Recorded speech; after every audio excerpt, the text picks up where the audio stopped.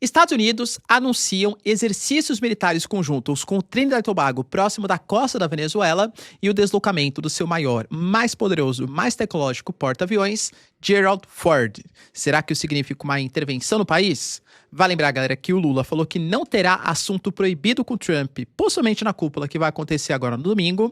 Comete uma certa, entre aspas, gafe, vamos discutir aqui, em relação à atuação do narcotráfico na América Latina, mas também coloca algumas possibilidades sobre a mesa de como resolver esse conflito comercial entre Brasil e Estados Unidos e dá uma pitadinha sobre a foz ou a margem equatorial. Falar um pouquinho também sobre a Rússia, que vinha um representante para os Estados Unidos para tentar negociar algum tipo de acordo em meio ao afastamento entre Trump e Putin, e com o Putin garantindo que uma resposta da Rússia a ataques com os Tomahawks será devastadora contra o Ocidente. Vale lembrar que a gente tem também uma cúpula, uma reunião prometida entre China e Estados Unidos, em que os Estados Unidos já prometeram cobrar os chineses sobre a questão do fentanil e o próprio Canadá desistindo, ou os americanos desistindo de um acordo comercial com o Canadá depois de uma propaganda polêmica. Falar um pouquinho também sobre a Assembleia do Comitê Geral da China, que prometeu algumas mudanças nos planos quinquenais nos próximos 5 anos da principal economia do planeta, pelo menos para o Brasil. Para finalizar, pessoal, falar um pouquinho também sobre a promessa dos Estados Unidos de estabelecer uma paz no Sudão, será que finalmente vai rolar? E também sobre Sanai Takaichi, a atual primeira-ministra japonesa, que promete a paz com a Rússia depois de disputas históricas territoriais.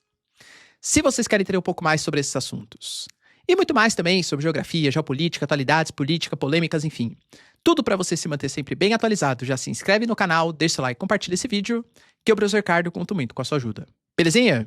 Pessoal, para quem não sabe, a Nomad, que é a maior e melhor conta internacional do Brasil e é parceira do canal, está oferecendo para você a possibilidade de você comprar os seus dólares com 15 centavos de desconto por dólar convertido. Cara, vocês estão sabendo que a Nomad é a maior e, assim, a mais utilizada do Brasil. São mais de 3 milhões e meio de usuários, inclusive esse que vos fala, extremamente satisfeito. Utilizei, por exemplo, nas minhas viagens internacionais e sempre que quero diversificar posições, faço isso com a Nomad, cara, que é a mais simples, democrática, faz na palma da sua mão ali para conseguir comprar os seus dólares. Tem uma série de benefícios, tem acesso, por exemplo, à possibilidade do Nomad Explore, que é o cartão de crédito da Nomad, que você pagando aqui no Brasil, utilizando no Brasil, ele vai te dando cashback, você vai ter que gastar de qualquer jeito, né? Conta de luz, conta de água e tal. Pô, gasta no cartão da Nomad, que ele vai te dando cashback dolarizado, pontos que não expiram e ainda uma série de benefícios, como descontos e uma série de outras promoções e acesso também ao Nomad Lounge, que é a sala VIP da Nomad em suas viagens internacionais. Cara, de verdade, é só benefício de maneira gratuita para você. Então, tem acesso à Nomad, vão ser só benefícios, eu tenho certeza que você não vai se arrepender. Abrir a conta é de graça, cara, de graça. Link na descrição e aproveita essa mega oportunidade com o cupom Ricardo15. Tamo junto? Então, bora lá pro vídeo, pessoal. Seguinte. Como eu trouxe para vocês na introdução, de fato os americanos eles anunciaram ainda mais retaliações contra os países sul-americanos na região do Caribe, e falo países, porque além da Venezuela, a gente tem também aumento das tensões com a Colômbia, principalmente.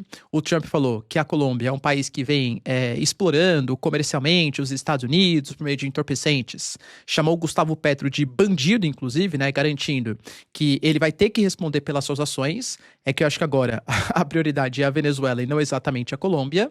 Já trouxe para vocês que em relação à quantidade de entorpecentes, a prioridade deveria ser a Colômbia e não a Venezuela. Aparenta ser muito mais questões políticas do que exatamente as negociações com entorpecentes. E os Estados Unidos anunciaram exercícios militares conjuntos com Trinidad e Tobago, que é um país que apoia a geopolítica americana. Segundo os americanos, a presença das forças militares americanas em Trinidad e Tobago coloca em evidência o compromisso dos Estados Unidos com a segurança regional e a cooperação do Caribe.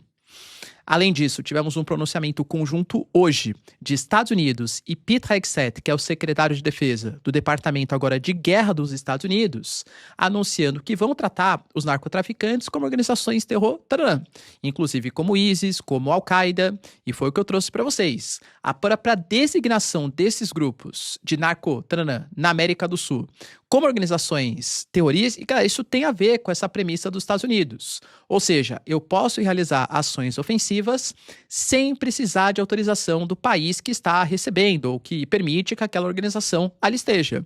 Mais ou menos o que aconteceu no Paquistão, o que aconteceu no Afeganistão, o que aconteceu no Iraque, o que aconteceu na Líbia.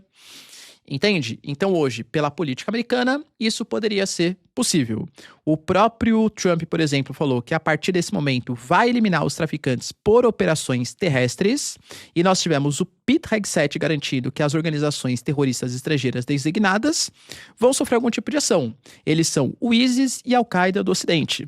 Nossa mensagem é: trataremos igual tratamos a Al-Qaeda. Somado a isso, a gente teve a notícia que os Estados Unidos está deslocando destroyers, caças e o seu mais poderoso porta-aviões, o seu mais poderoso e mais avançado, né? Porta-aviões nuclear, que é o USS Gerald Ford, que deve chegar em um futuro próximo na Venezuela. Vocês estão observando quantas informações eu venho trazendo nos últimos dias. Exercícios militares, afundar, por exemplo, embarcações, o Night, por exemplo, né? Os Night Stalkers, que são pilotos de elite ali da força militar dos Estados Unidos, que fizeram operações no Paquistão contra Bin Laden e tal, também agindo agora na Venezuela. Cara, desculpa, mas parece que algum tipo de intervenção está cada vez mais próxima. Ou os americanos estão destacando e gastando um baita recurso financeiro apenas para amedrontar o Nicolás Maduro. E o Maduro, ele respondeu a isso, colocando, né, falando até em inglês: "No crazy war, Venezuela want peace", né? Ou seja, a gente quer a paz, não seja louco, não faça guerra louca. E o próprio ministro da Venezuela garantiu que os Estados Unidos já estão com agentes da CIA dentro do seu próprio território. E ele falou: pode enviar quantos agentes da CIA vocês quiserem. Em operações secretas, qualquer tentativa vai ser um verdadeiro fracasso. Ontem, por exemplo, o exército da Venezuela fez exercícios militares, colocou ali em 73 pontos da costa venezuelana os seus equipamentos e alegou que tem os seus 5.000 mísseis russos, que têm capacidade de abater equipamentos aéreos em baixa altitude, que podem defender o território venezuelano, garantindo que não só equipamentos russos, mas também equipamentos chineses têm essa capacidade. Desculpa, galera, mas não concordo muito com o Nicolás Maduro, mesmo com a milícia bolivariana, com exercícios militares, com os mísseis. Se os americanos de fato quiserem fazer algum tipo de incursão, acho que eles podem conseguir ataques com inteligência. Claro que dominar a Venezuela por inteiro, cara, é difícil. A gente não tá falando de um país qualquer, a gente tá falando de uma enorme densidade demográfica, a gente tá falando de uma população que pode, de fato, querer se unir em torno de ser contra os Estados Unidos. Isso é uma coisa que tá em suspeição, e acho que até o Nicolás Maduro se arrisca, né? Porque se o Nicolás Maduro está correto e essa possível incursão dos Estados Unidos promover um sentimento de nacionalismo, uma rejeição à intervenção americana, isso pode até ser bom para o Nicolás Maduro. Mas e se a população realmente está muito insatisfeita? A contagem, por exemplo, das atas eleitorais da oposição, que deram uma vitória para o Edmundo Gonzalez, que mais de 70% dos votos estiver correta, e agora a milícia bolivariana está armada, e a população vê nessa possível intervenção dos Estados Unidos uma chance de mudança política real na Venezuela. Então são essas duas possibilidades. Os americanos contarem com o apoio da população, ou os americanos terem que combater uma milícia, uma guerrilha urbana, que, convenhamos, vai ser muito difícil para os objetivos dos Estados Unidos. Além disso, galera, tivemos também algumas críticas de organizações internacionais, alegando que os americanos não estão agindo de maneira correta. Até o Brasil se pronunciou nesse sentido, mas o que a ONU alega, outras organizações alegam, que como os ataques estão acontecendo em águas internacionais, isso pode ser classificado como execuções extrajudiciais, que força letal em águas internacionais viola o direito internacional. Professor, quer dizer então que os americanos eles podem ser punidos? A gente sabe como funcionam as organizações multilaterais. Poder de ação, as organizações não têm. Elas têm poder de recomendar e esperar que as polícias locais ou os governos locais respeitem as determinações. O único órgão deliberativo que tem poder para fazer alguma coisa ficaria a cargo do Conselho de Segurança da ONU, que tem os Estados Unidos como membro permanente e com a capacidade de veto. Ou seja, muito possivelmente vai acontecer novamente, né, o que aconteceu no Iraque, na Líbia, no Afeganistão. Nossa, que chato, críticas internacionais. Mas, galera, não acho que algum tipo de mobilização maior vai acontecer contra os Estados Unidos. E o Brasil, que está na Indonésia e logo menos viaja em direção à Malásia, até para uma possível cúpula, com o Trump já confirmado com Narendra Modi, vai participar da cúpula tal, deu alguns pronunciamentos. tanto sobre o encontro que ele teve com o Prabowo Subianto, que é o presidente da Indonésia, como também sobre a possibilidade de encontro com Trump. E ele foi enfático em algumas coisas, tá? Ele garantiu que não há temas proibidos, porque eu trouxe para vocês aqui o desafio ontem, né? O Brasil, ele reclamou tanto que os Estados Unidos estavam ignorando questões comerciais e adotando taxas sobre taxas em cima de questões políticas, em cima de lawfare, ou seja, o Brasil está usando a justiça para perseguir opositores e tal. E o Brasil talvez envolva também nas negociações comerciais algumas questões políticas. O Lula deixou meio assim, em aberto, né? E falou assim, olha, se o Trump quiser tratar, a gente está disposto aqui a falar sobre qualquer assunto. Não há assunto proibido. Ele garantiu, por exemplo, que falta compreensão da política internacional por parte dos Estados Unidos, porque os Estados Unidos não podem simplesmente dizer que vai invadir e combater o narcotráfico na terra dos outros, sem levar em consideração a Constituição dos países. E aí ele cometeu uma gafe seríssima, colocando que os americanos deveriam combater os usuários, já que os traficantes são vítimas desses usuários. Ou seja, como se a culpa da questão fosse dos usuários americanos e não exatamente dos traficantes, né? Isso foi amplamente criticado, claro, o Lula ele até se retratou também dessa fala, falou que foi uma fala mal interpretada, que não era exatamente isso que ele queria dizer. Pensou, galera, que ele queria dizer que os Estados Unidos deveriam também pensar em questões de combate ao uso de entorpecentes internamente e não só combate no Oceano Pacífico, no Oceano Atlântico e tal. Galera, já me adiantando, tá? Tô falando aqui pra vocês, eu não estou defendendo a fala dele, foi uma fala imbecil, uma fala triste, do mínimo assim, né? Inqualificável, vamos colocar assim. Eu só estou repassando para vocês o que ele alega que ele quis ter dito, alegando que existem problemas relacionados ao uso de entorpecente nos Estados Unidos e que os Estados Unidos deveriam talvez agir em duas frentes, primeiro combatendo os internos, depois combatendo a questão do tráfico internacional, tá? Mas óbvio que eu fui completamente feliz, tá? Só para deixar claro. Mas enfim, claro que pegou muito mal, né? Essa declaração. Depois ele falou sobre a questão da COP30 e da margem equatorial. Ele se defendeu, a gente sabe que existem ambientalistas que estão fazendo muitas críticas. Poxa, galera, há 3 semanas da COP30, que vai discutir o financiamento de projetos ambientais em países subdesenvolvidos, e o Brasil alegando que quer ser uma liderança da transição energética, a gente pode explorar a margem equatorial, que vai dobrar nossa capacidade de produção de petróleo. Os estudos vão ser feitos ainda, mas é a projeção. E que pode colocar o Brasil como o 4º maior produtor de petróleo do mundo. O Lula alegou que, cuidado, a margem equatorial não está na Foz do Amazonas, ela está a cerca de 500 quilômetros da Foz do Amazonas, e, segundo ele, é muito fácil falar do fim do combustível fóssil, mas é difícil ver hoje quem tem condição de libertar. Ninguém tem. Inclusive alegando que a Petrobras não tem nenhum histórico de vazamento e é uma empresa que está deixando de ser uma empresa somente de petróleo para virar uma empresa de produção energética. Ou seja, o Brasil sabe das suas responsabilidades e não vai mudar nada com a margem equatorial. Penso eu que é um discurso bonito de ser feito, né? Falou, o IBAMA autorizou, a gente tem fiscalização ambiental, a Petrobras não tem histórico de vazamento.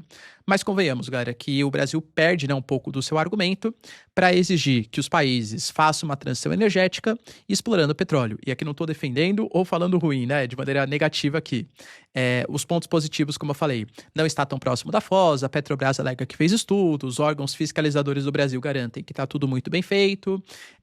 Isso pode gerar, por Amapá, que é um dos estados mais pobres aqui da federação, um desenvolvimento econômico importante com os recursos vindos do petróleo. A própria exportação de petróleo do Brasil pode gerar aqui, né, dividendos, crescimento da empresa, investimento nos setores estratégicos, até de uma possível transição energética.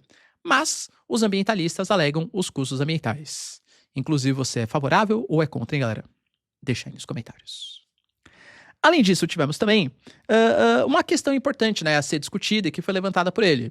Poxa, beleza, então os Estados Unidos estavam sobretaxando o Brasil e você, Lula, alega que não é pelas questões comerciais. O que o Brasil tem a oferecer para os Estados Unidos? E isso é uma conversa de bastidores. Aliás, ponto importante. O Brasil, por exemplo, alega que o que aconteceu com o Cyril Ramaphosa da África do Sul, com Zelensky, não vai acontecer com o Lula, porque negociações prévias já aconteceram e o Brasil já fez algumas ofertas para os Estados Unidos. Dentre essas ofertas, ou pontos que podem ser discutidos, a questão do etanol, que é uma questão muito sensível. A gente sabe que os americanos têm grande produção de etanol feita a partir do milho, e o Brasil muita produção de etanol feita a partir da cana, e a gente, de fato, sobretaxa bastante o etanol americano. Só que aí mexe com os agricultores do Oeste Paulista e com os agricultores da Zona da Mata Nordestina, que são importante base eleitoral do governo Lula. Será que ele vai querer mexer nesse protecionismo? É uma questão que fica. Outro ponto que a gente pode colocar, as Big Techs. A gente sabe que o governo americano tem uma relação muito forte com o Vale do Silício. E o Brasil estava promovendo regulações das redes, tal, pelo menos debates. Será que isso vai entrar em suspeição? Outro ponto, terras raras. Todo esse problema em relação à China, negociações comerciais, a China alegando que os americanos não estão vendendo chips e semicondutores. E, aliás, essa guerra de chips e semicondutores pode prejudicar, inclusive, o Brasil, hein? Indústria automotiva brasileira. Tudo que é equipamento eletrônico depende da produção de chips e semicondutores. E os Estados Unidos buscando mercados alternativos. Recém fechou acordo, por exemplo, com a Austrália e agora possivelmente pode exigir, ou pelo menos querer do Brasil, algum tipo de negociação nesse sentido. O Brasil, ele é o segundo ou o terceiro maior reserva do mundo, só perdendo para a China e do Vietnã, de terras raras. E outro ponto, galera, que pode ser significativo está em relação à Embraer. A Embraer, empresa sensacional da produção de aviões do Brasil e que pode ser obrigado nesse acordo comercial a importar peças, equipamentos de empresas americanas. O acordo estabelece, segundo fontes do Itamaraty, que podem ser 40 bilhões de dólares nos próximos 10 anos, como forma de reduzir a relação comercial, que, lembrando, já é deficitária para o Brasil, mas piorar ainda mais a situação para os brasileiros. E aqui, galera, sendo sincero, tá? Eu acho que um acordo, ele é feito dos dois lados. Os Estados Unidos são a maior economia do mundo e eles acham que existem alguns setores estratégicos e industriais que eles devem proteger. Cabe ao Brasil tentar negociar e exigir as condições menos piores possíveis. Mas penso eu que algumas coisas a gente vai ter que ceder. Além disso, galera, Canadá e Estados Unidos, que estavam em meio às negociações, e lembrando que aí é mais emblemático, porque Canadá e Estados Unidos faziam parte do NAFTA, North American Free Trade Agreement, homem inglês, né? Ou seja, o Acordo de Livre Comércio da América do Norte, e que foi transformado em UNSCA, pelo governo Trump, inclusive, lá no seu primeiro mandato, alegando que ele exigia alguns protecionismos de Canadá e México. E agora quer novas mudanças, quer mais protecionismos. Em meio a essas negociações com México e Canadá, que também envolve a questão do fentanil, tivemos problemas comerciais. O Canadá, na província de Ontário, publicou um vídeo com o Reagan. E, cara, o Reagan, ele é visto pelos republicanos, talvez como um dos principais presidentes da história dos Estados Unidos. E o Reagan dando um discurso, que até já mostrei para vocês no passado, tá? Criticando as políticas de sobretaxas, alegando, não se enganem, no primeiro momento as políticas de sobretaxa podem parecer uma coisa benéfica para o país, uma política nacionalista, mas em longo prazo promove uma guerra comercial, promove redução dos investimentos estrangeiros, promove fechamento de fábricas de comércio, retração econômica, ou seja, o livre comércio é a melhor solução. O Canadá publicou isso, claramente fazendo uma crítica à maneira como o Trump conduz as relações comerciais. O Trump falou que era fake news, que deveria ter mostrado o vídeo inteiro e anunciou que rompeu o acordo comercial, a possibilidade de acordo comercial com o Canadá. Vale lembrar, galera, que esse bloco econômico, então, está ameaçado. Hoje o Canadá tem quase 75% de tudo que exporta em direção aos Estados Unidos e cruza a fronteira entre Estados Unidos e Canadá 3,6 bilhões de dólares canadenses por dia, só em bens e serviços. Entende o quanto que você depender de um único país é problemático para a sua economia, mesmo que seja um, entre aspas, histórico aliado. Além disso, nós temos também um representante da Rússia, Kirill Dmitriev, indo em direção aos Estados Unidos, numa tentativa de negociar um acordo entre Estados Unidos e Rússia. A gente sabe que a coisa desandou nos últimos dias. De fato, o governo Putin, por exemplo, né? Ele não abriu mão de algumas exigências, alegando que quer a região de Donbass como um todo, alegando que não aceita congelar a frente de batalha agora e que quer algum tipo de acordo de paz mais definitivo do que só um cessar-fogo provisório. E o Trump não gostou muito disso. Inclusive, a mídia americana fala que quem convenceu o Trump a adotar sobretaxas foi até o próprio Marco Rubio, que colocou sanções contra as duas maiores petrolíferas da Rússia e que, segundo a Reuters, Índia e China os dois principais compradores da Rússia já estão reduzindo as suas importações, temendo sanções secundárias em relação às taxas, às sanções americanas. O Putin falou que as sanções não assustam, o Trump até falou, né? Ele falou que não assusta. Então, beleza, vamos esperar 6 meses para ver se ele repete a mesma fala, né? Enfim, então tá essa guerrinha, essa disputa entre os dois. E o Kirill Dmitriev já falou que quem não está querendo o acordo é a Ucrânia, colocando a culpa nos ucranianos de não fazer algum tipo de acordo de paz. Além disso, mesmo que os Estados Unidos tenham falado que mísseis Tomahawk possivelmente não serão cedidos, porque eles são complexos, exigem treinamento, exigem operadores americanos em solo ucraniano disparando armas contra a Rússia, o Putin ameaçou e colocou que a resposta da Rússia em caso de um ataque com mísseis Tomahawk contra o território russo vai ser muito séria, se não devastadora, que é bom os Estados Unidos e o Ocidente pensar nisso antes de tomar algum tipo de atitude mais inconsequente. E aí, Gara, acha que o Kirill Dmitriev vai conseguir estabelecer algum tipo de acordo com os Estados Unidos?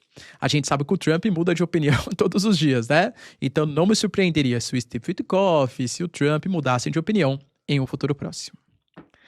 Além disso, Gara, tivemos também o Trump se posicionando não só na reunião com o Putin e com o Brasil, mas também a reunião mais importante para os Estados Unidos, que é com a China, claro.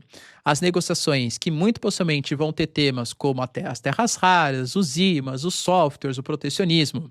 Isso acontecendo há 2 dias, possivelmente em 2 dias, do final do prazo, que pode colocar tarifas de 155%, pensou que até uma forma dos Estados Unidos pressionarem a China para fechar algum tipo de acordo, e o Trump falou que não vão ser só questões comerciais. Ele alegou, sem apresentar muitas provas, tá? Mas alegou que a China usa hoje a Venezuela para contrabandear o fentanil. A gente sabe, Gary, que se você pega o pozinho branco, a América do Sul tem responsabilidade, não exatamente o caminho do Atlântico, mas caminho do Pacífico. Agora, fentanil, não há grandes comprovações que a Venezuela tem algum tipo de participação. O México, o Canadá, principalmente o México, tem sim. Agora, a Venezuela, não há esclarecimentos. Mas o Trump falou que a primeira pergunta que ele vai fazer para o Xi Jinping é justamente sobre a questão do fentanil. Ou seja, deu pelo menos na mídia, claro, né? Uma certa ameaçada na China.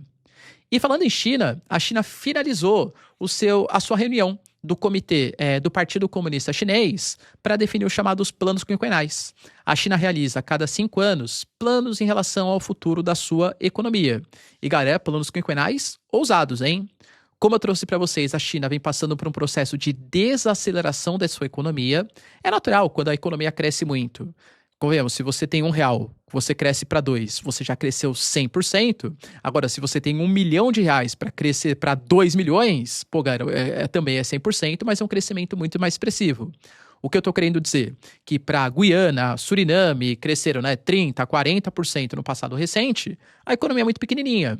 A China tinha uma economia menor no passado. É claro que numericamente, percentualmente, a China crescia mais. Mas é fato que a China está passando por um envelhecimento populacional, pela armadilha da renda média, né? Ou seja, a China ela melhorou tanto economicamente que a mão de obra ficou mais cara, deixou de ser tão atrativa como os novos tigres asiáticos, Malásia, Indonésia e por aí vai. A China tem problemas sim no mercado imobiliário e um fator que assusta muito o Partido Comunista Chinês. Até por uma questão de costume, os chineses eles têm muito enfoque na poupança. Quando você pega, por exemplo, a sociedade americana, os caras são malucos em relação a consumo. Até por isso o Trump ele fica muito preocupado quando o Fed não reduz a taxa de juros, porque isso diminui a capacidade do poder de compra da sociedade americana e, claro, gera prejuízos eleitorais, prejuízos de popularidade. A China, os dados oficiais dão conta que ela está 20 pontos abaixo da média mundial em relação ao consumo.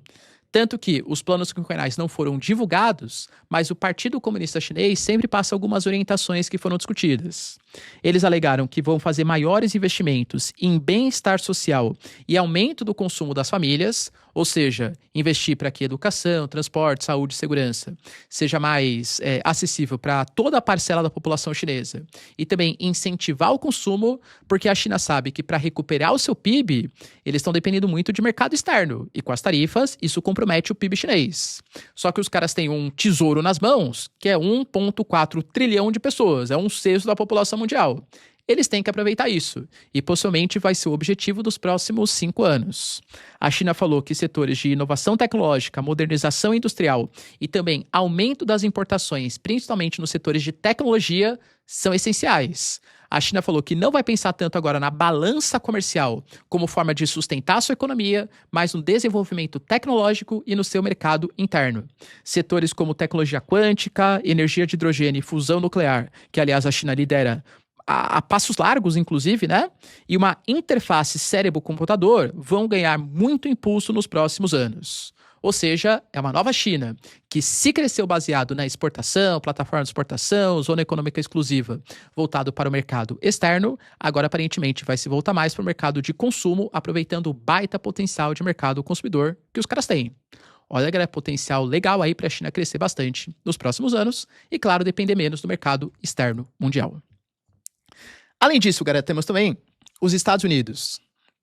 Se está comprando briga, né, com uma série de países, pelo menos hoje, vai tentar fazer algum tipo de acordo, não sei se já rolou enquanto vocês estão vendo esse vídeo.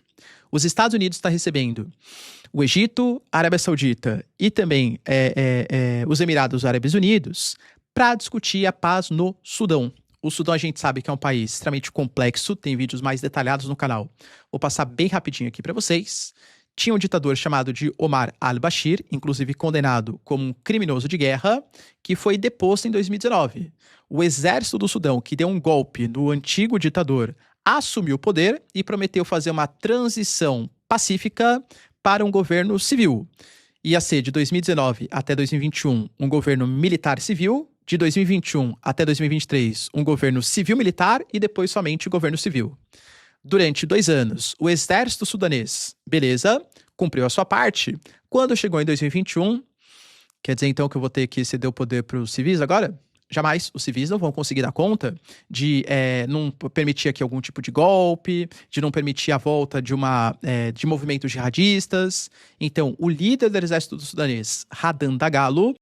Aqui, galera, só peço uma desculpa para vocês, porque eu falei durante um tempo que o Hamdan Dagalo, ele é o líder do exército sudanês. Isso é mentira, tá? O líder é o general Al-Burhan. O Hamdan Dagalo, ele é o líder de uma das forças paramilitares mais influentes no Sudão, que é a RSF. Mas eu corrijo daqui a pouquinho, tá bom? Então presta atenção aí no vídeo. Contou, inclusive, com as forças da RSF, que descendem lá dos Janjaweeds. Para quem já estudou um pouquinho da história do Sudão, sabe da questão de Darfur, por exemplo, os crimes humanitários que foram cometidos na época. A RSF, que tem ali o general... confundi aqui, né? O exército sudanês, que é do general Al-Burhan, e a RSF, que é do Hamdan Dagalo. Viu? Falei para vocês, ó. Agora tá certinho. Operaram em conjunto para conseguir dar conta de promover um golpe depois da queda de 2 anos do Omar al-Bashir. Só que a RSF ajudou achando que ia ter algum tipo de apoio do exército sudanês para dominar alguns setores estratégicos do país. O Sudão é um país que tem grande interferência dos russos, sim, galera, a gente sabe, né? Atuações, por exemplo, do grupo Wagner, né? Que hoje não tem mais, claro, o antigo Prigozhin, né? Porque morreu no acidente, entre aspas, aéreo, né? Mas com as forças paramilitares russas atuando ali no país, tem muito ouro. Se pega o Sudão do Sul, por exemplo, que separou em 2011, também tem bastante petróleo, tem muitos dutos, é um país muito rico em recursos naturais. E a RSF achou que teria algum tipo de apoio do governo. Não contou. Começa uma guerra civil entre Hamdan Dagalo e general Al-Burhan, que é o líder do exército sudanês, para domínio do Sudão. Guerra civil que perdura até hoje com números péssimos. A gente fala de 12 milhões de deslocados. O que os Estados Unidos vai tentar fazer é juntar membros do exército sudanês, membros da RSF, para prometer algum tipo de transição pacífica para um governo civil em um futuro próximo. Só que as duas forças, o exército e o grupo paramilitar, alegam que querem ter algum tipo de poder. Será que o Trump vai conseguir promover essa paz? E para finalizar, pessoal, Sanai Takaichi, que prometeu ser extremamente bélica, reforçar o poderio militar japonês, olha, surpreendeu. A gente sabe que Japão tem graves problemas com a Rússia, inclusive disputas territoriais, as Ilhas Kurilas, desde o final da Segunda Guerra Mundial, e ela deu em discurso oficial que ela quer evitar maiores problemas com a Rússia, inclusive anunciando que quer fazer algum tipo de acordo para a definição do que deve ser feito com as ilhas que são disputadas entre Rússia e Japão. Ou seja, uma ótima notícia para os russos, porque talvez pelo menos um país vai deixar de confrontar o governo de Vladimir Putin. Beleza, pessoal? Deu pra entender os principais acontecimentos? Se vocês curtiram o vídeo, então, ó, já deixa o like, se inscreve no canal. Tamo junto, beijos, abraços e tchau, tchau.